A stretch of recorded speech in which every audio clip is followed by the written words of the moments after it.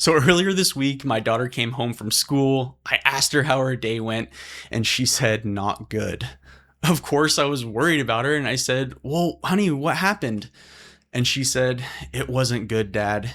It was great. My first grader pulled a dad joke on her own dad, so it got my financial planning brain turning, and I started thinking about what tax retirement planning strategies am I so excited about for our clients that they're not just good, they're great. And if you're wondering too, I'm going to take you through the top 3.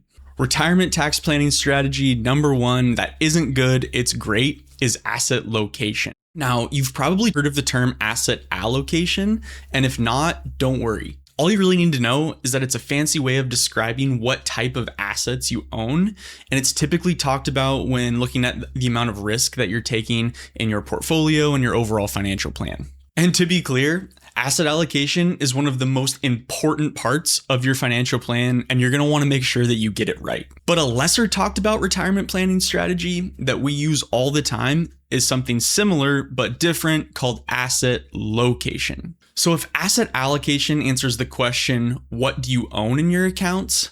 Asset location answers the question, where do you own it? Or said another way, asset location is just being deliberate about what parts of your portfolio you own in specific accounts. And since different accounts are taxed in different ways, we sometimes refer to these different account types as buckets of money. Tax-free is how your Roth accounts are taxed. Tax-deferred is your traditional accounts. And then each year, you're taxed on the dividends and capital gains that are paid in a taxable brokerage account. So let's hop into our financial planning software and take a look at what these different tax buckets actually look like in practice and what asset location can do for you. All right, so here we are in the tax strategies tab of our financial planning software, and let's go ahead and scroll down to strategy number 1, which, as I mentioned, is asset location. So what we're talking about here again is not what you own, but where you own it. So there's different ways that you could approach this. One strategy that we hear somewhat regularly is that, well, I have a strategy. I know how much risk I want to take, so I take that risk across all my account types. That would be called a pro rata strategy. And that's the default that we're looking at here. But as we go ahead and drop down and take a look at, well, what other strategies are available to us, we can see that the pro rata strategy, while makes a lot of sense at a high level, maybe isn't the best one. So as we come down to our drop down, we can see, well, instead of just owning the same asset allocation or the same mix of investments across all of the types of investment accounts that you own, there could be some value in actually having a different mix in different account types. Again, this all comes back to how the accounts are taxed. So I'm going to go ahead and drop down to tax-free and then taxable, which is our brokerage account. And then we have our tax-deferred, which would be the last account type that we would be putting our stocks in. And we'll go ahead and select that, scroll on up, and I'm just going to hit refresh here and take a look at what that does.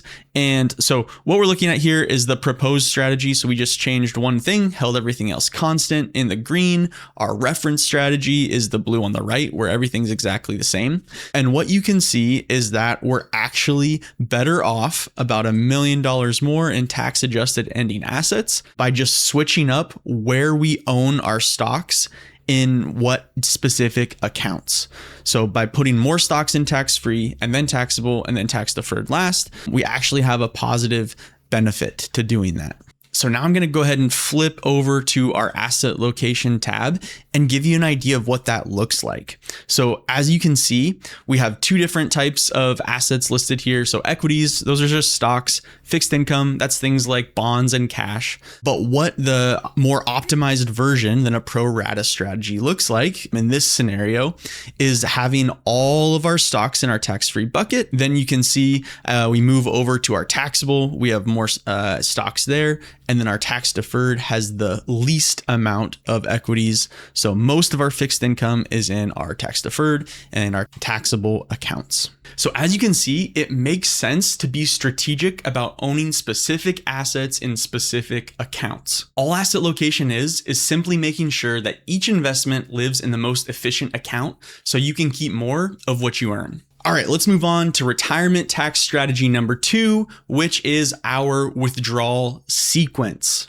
And here's just what your withdrawal sequence means. We've already talked about the different buckets of money from a tax perspective that folks can accumulate over the course of their lifetime, saving for retirement on a tax-free basis in a Roth account, a tax-deferred basis in a traditional account, or on an annually taxable basis in a taxable brokerage account. And again, what's important about this is as you move away from the accumulation phase of life and into the withdrawal phase in retirement, to where instead of saving assets on an annual basis, you're actually taking them out to live on and to use as you head into and experience retirement, the account that you take dollars out of is going to impact your tax bill come April 15th. So for example, taking $10,000 out of a traditional IRA is going to look dramatically different on your 1040 on your tax return than taking $10,000 out of a Roth IRA.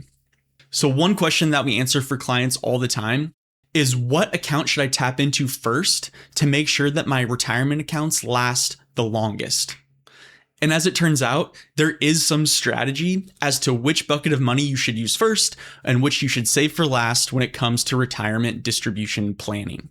So again, let's head back over to the retirement planning software and see just how those decisions can impact the overall plan. All right, so here we are back in the tax strategies tab of our retirement planning software, and we're going to go ahead and scroll down. I've moved back our asset allocation strategy to be apples to apples, back to that pro rata default. And the next strategy that we're going to look at is our asset withdrawal strategy. So let's go ahead and take a look at our withdrawal sequence. So again, we have 3 buckets of money. The default is to start with taking from our taxable accounts, then move to our tax deferred, and then lastly, our tax free. So let's go ahead and see what options are available to us. And as you can see, there's a ton of ways that you can mix this up. The first one I want to go ahead and show you is, well, what about pro rata? Again, this is something that clients seem to think about on a pretty regular basis is, well, I have these 3 buckets of money. I guess I'll just take from each of them equally. That would make sense. That would be logical. So let's go ahead and switch to pro rata. We'll leave the reference strategy as taxable first, then tax deferred, which again is traditional IRAs and 401ks, and then our Roth accounts last. I'll go ahead and hit refresh and let's see what the results do. So not good.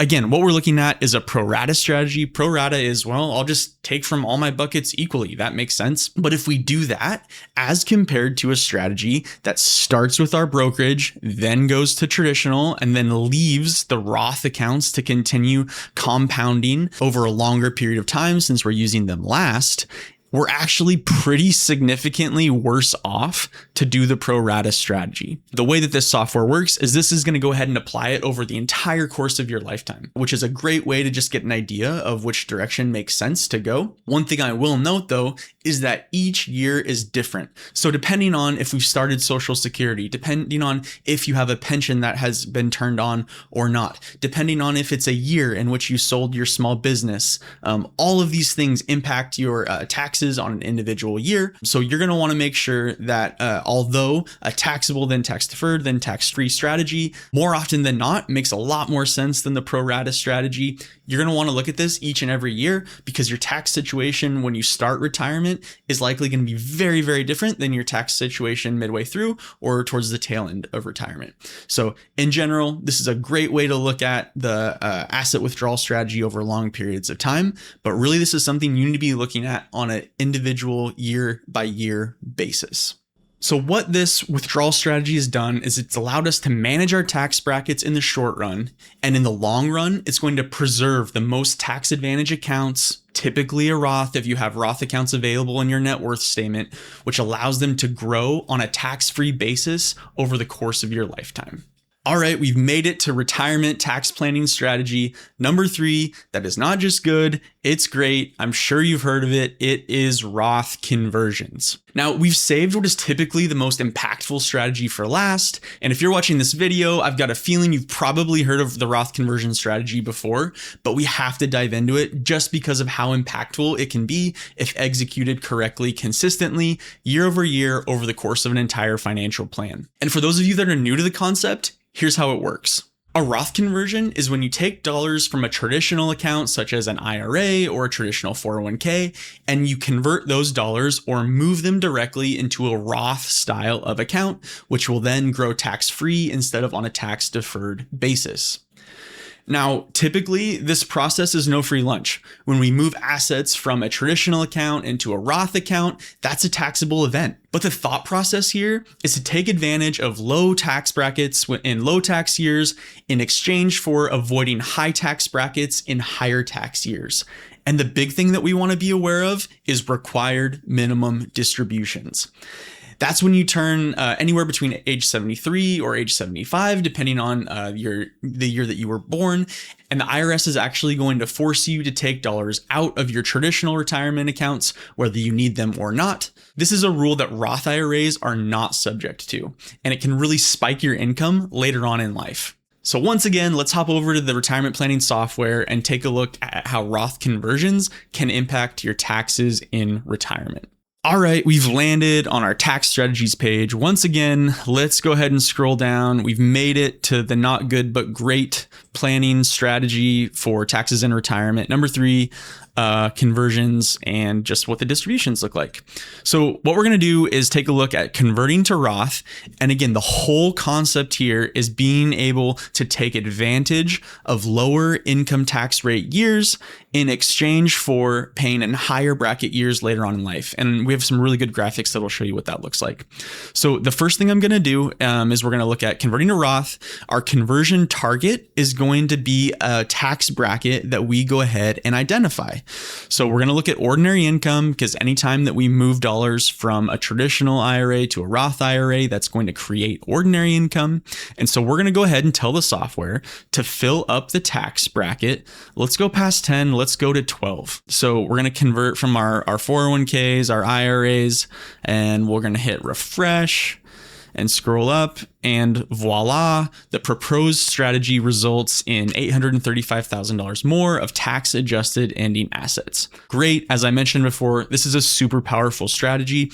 All right, so let's go ahead and flip over to the calibration tab, and let's take a look at exactly what this strategy looks like over the course of a retirement. So what we're looking at here is ordinary income tax brackets over the course of a retirement plan. So the age of the fictional clients here, they're 55 right now. We're running the financial plan out to age 93. And then vertically, we're looking at the income on an annual basis, taxable income. And what we have layered in here with these lines, and you can see it when I put my cursor over, is the marginal tax bracket. So the highest, that orange line up top, is the 24% bracket. You can see the adjusted gross income dollar amount associated with that. This is a married couple filing jointly. You can see 22%, 12%, 10% as well. So as I mentioned in the other tab that we were just in, we are looking to target the 12% marginal income tax bracket. That's the one right here in the green. And what you can see as we scroll down is the blue shaded area is income that we already have coming in that's outside of our control. So right now it's so high for these next couple of years because they haven't retired quite yet. They're transitioning to retirement. We're building a plan now. So in the next year or two that can retire with confidence and make sure that they have enough to last them throughout the course of their lifetime. But what we can see is we retire and all of a sudden that income drops. So what some people might think is, oh my goodness, my tax bill just went down. We might even be paying $0 in taxes for those first couple years in retirement if we don't do anything differently. What an amazing thing. Our financial planning brains tell us the opposite. Don't give me a $0 amount tax bill those first couple years of retirement. Let's optimize that. That is an opportunity, and let's go ahead and fill up some tax brackets. So what we see here is the green shaded area. That's our Roth conversion opportunity within the 12% tax bracket. So you can see we have this period here until the clients turn age 75 of opportunity to convert, fill up that 12% tax bracket and pay taxes now in exchange for not paying them over here later in life once required minimum distributions start at age 75, based on when this fictional client's date of birth was, where we're going to be forced to take out those dollars in retirement later on. You can see this massive spike to where they're not using their traditional accounts to all of a sudden they're forced to, and we're going to pop all the way up into the 22% bracket and beyond later in the retirement plan. So that's what the Roth conversion strategy is all about. It's a trade-off. We're going to trade off pay taxes now in exchange for not having to pay a higher rate later on in life. All right, so that's my 3 not good, but great retirement tax strategies. What do you think? Which one of the strategies that we just went over is the best? Was it asset location, where we optimize not what we own, but where we own it? Was it the withdrawal sequence, where we're deliberate about which buckets of money we draw from, in which order, and in which tax year? Or is it a classic Roth conversions, where we optimize for our tax brackets, opting to pay taxes now, lower tax rates in exchange for not having to pay taxes at higher tax brackets, typically later in retirement once required minimum distributions kick in? Let me know in the comments what tax strategy is your favorite, and if you feel like you need some extra help figuring out what tax strategy may apply to you, or just how the heck to implement it with your data, go ahead and scroll down in the description, click the link, schedule a call with one of the certified financial planners on our team. We'd be happy to go over it with you and see how we can help.